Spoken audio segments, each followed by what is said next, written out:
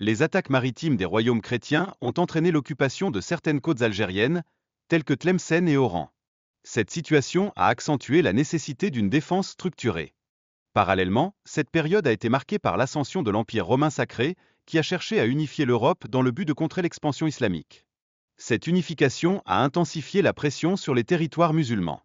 L'empereur Charles V a joué un rôle central dans la consolidation de cette puissance européenne. Il a constamment voyagé pour répondre aux exigences de son empire, et sa stratégie militaire a eu une influence significative sur les conflits de l'époque. Dans cet effort, Charles a mobilisé une flotte impressionnante de 500 navires et 24 000 soldats pour envahir l'Algérie, témoignant ainsi de sa grande confiance en la victoire. Toutefois, cette initiative a entraîné une réaction immédiate des Algériens. Les préparatifs militaires algériens ont permis de rassembler 5 000 hommes pour défendre la capitale, illustrant une résistance organisée contre l'invasion. Ils ont renforcé leur position pour faire face à l'ennemi. Il convient également de noter que les conditions climatiques, avec des vents violents et des tempêtes, ont causé la perte de navires et de provisions, perturbant gravement les plans d'invasion. Cela met en lumière l'impact de la nature dans les conflits militaires.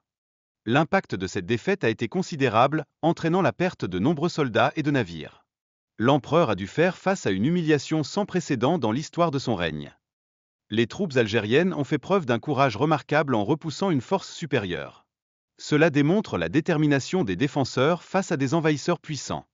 Enfin, les conditions météorologiques ont joué un rôle déterminant dans cet échec. La pluie et le vent ont été interprétés comme des signes de protection divine pour les Algériens.